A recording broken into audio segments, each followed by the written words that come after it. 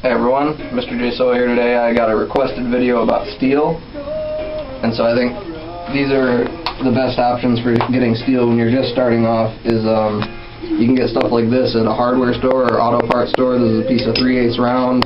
This is a piece of 3/16 by 1 inch, and in round you can get 3/8, 5/8, 3/4, 1/4 inch, all sorts of stuff like that. And that's what I'm going to be making the beginner's project out of today. And then as for larger steel and stuff to make tools out of, I went to a local fabrication shop and asked the guy if he had any cutoffs, which he did. And I got a bunch of pieces of, stuff all the way up from 1 1/4 all the way up to 3 inch. And that's what this hammer is made out of, is a piece of 2 inch solid. It was 4 5/8 inch long, which makes it right around 4 pounds after all the forging. And it's a rounding hammer. You got a flat die and a round die. So that's your best options for steel. And other than that, you can contact local steel suppliers, and you can order stuff like this, 3/8 round or 5/8 or 3/4 or whatever you're looking for. You can buy it in 8-foot lengths, and it'll be a lot cheaper than when you buy it at a hardware store, because a 4-foot section of this is about $6 or $8. So you can make a good few things out of it, but you're going to be paying for it. So anyways, I'm going to get going on the beginner's project, and we'll get back with you. Thanks for watching so far. Hey, so I just thought of another thing worth mentioning. I talked about my hammer. I'm going to be using a rounding hammer on this project, but you'll probably be starting off with something more like this. Is a 3-pound cross peen and a 2.5-pound cross peen that you can get at most hardware stores and parts stores, as I mentioned with the steel, or something similar. It doesn't have to be a cross peen. And I would recommend rounding up one end and flattening the other end to use it as a rounding hammer, because the rounding hammer just moves a lot more metal. That's what you use for your forging, is the round end, and then you use the flat end for the planishing to make everything all nice and smooth. So I just thought I'd throw that in there. I got a piece of stock heating up right now, and then I'll start on the project, which is going to be a drive hook or a J hook. You can make it a bunch of different ways, which I'll talk about as I'm doing it. Piece of 3/8 stock. I didn't do it.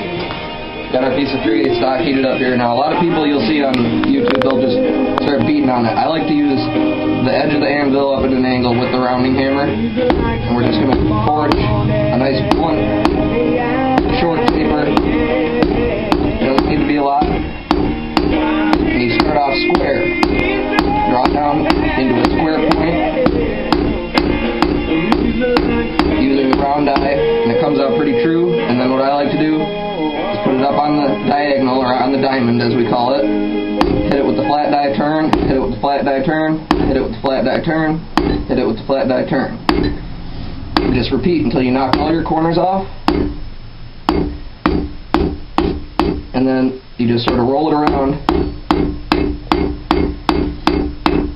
And this is a good temperature to take out all your hammer marks. And my hammer might really seem to be bouncing. This is a new hammer to me. I just recently forged it, so I'm still getting the swing of it. But you just planish until you got a nice round taper, as you can see right there. And now I'm going to talk about the ends of the hook that you can make. You can make a curlicue on the end like this, and then turn it into a hook. But what I'm going to do with this one is something that I prefer. Now that I've got this round, short taper, I'm going to flatten it out into a fishtail, where it spreads both directions. And then I'm going to start curling it around and turn it into a hook, and then I'll tell you and show you what you can do with the other end of the hook. Alright, so we've done our taper. Now we're just going to start flattening this out.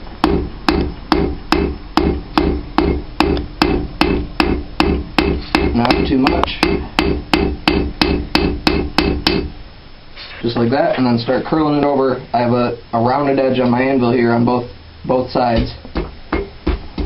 So just start curling this around. And I'm only choking up on this hammer just because this is such small work. But that's the beauty of having a heavier hammer, is you can use it for large work and small work. Just takes a little bit of getting used to. So you get that curled around like that until you're happy with it. Tweak it around, and then on this next heat I'm going to bend it around over the horn of the anvil into our J shape. And I apologize about all the sniffling. I have a bit of a cold, but we'll bend it around, and and then I'll show you the options of what you can do with the other end of the hook. Alright, so we got this heated up, and now this end is very thin, so I'm going to cool that out in water so that I'm able to hit it. And we're going to bend this around the horn.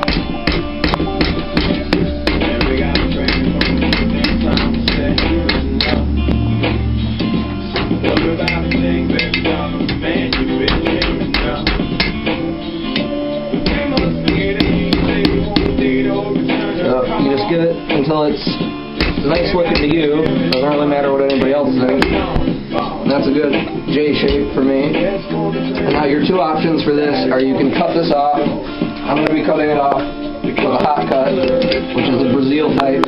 So I'm going to be cutting it off. You're going to cut with your round die if you do it this way. Okay? And then you can either flatten out the end of it over the edge of the anvil and drill a hole, or you can forge another taper on this and bend it at 90 degrees to actually hammer this into a wall. That would be called a drive hook. Otherwise, I just call it a J hook when you cut it off and flatten one out.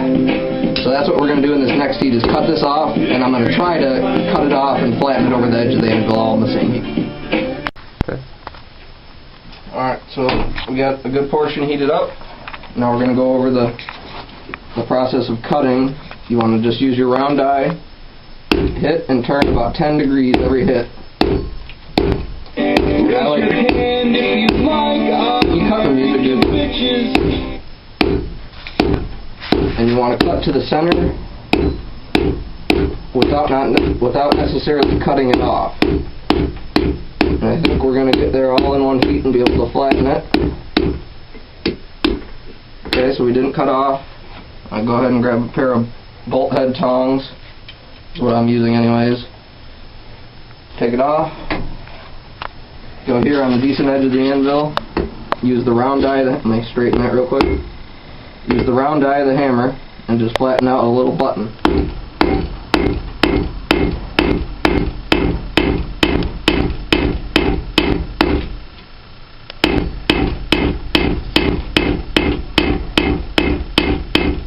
And that's the other good thing about the round die, is you can direct it like this to even out if you have more bulging off to one side or the other. And then come with the flat die, get all your little hammer marks out, and then what you can do is you can center punch that and drill a hole through, or as I said, you could have forged another taper on this, bend it over at a 90 degree, so then you could actually hammer this into a wall. That would be called a drive hook.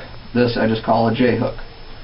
So anyways, there's a beginner project, and as I said, you might not have the same hammer, and you might not even have an anvil. I didn't start off on a real anvil. I just had a 25-pound block of steel with some holes in it, luckily. And so anyways, if you're looking for other projects to do, I would recommend going to Brian Brazil's channel. He does a lot of really good videos. He has a really good video about forging tongs. I'm not going to be posting a lot of videos in the future because I have a herniated disc, and so I can't really do a lot of heavy forging. And anyways, I hope you guys enjoy, and everybody have a good day, and have a good 2015.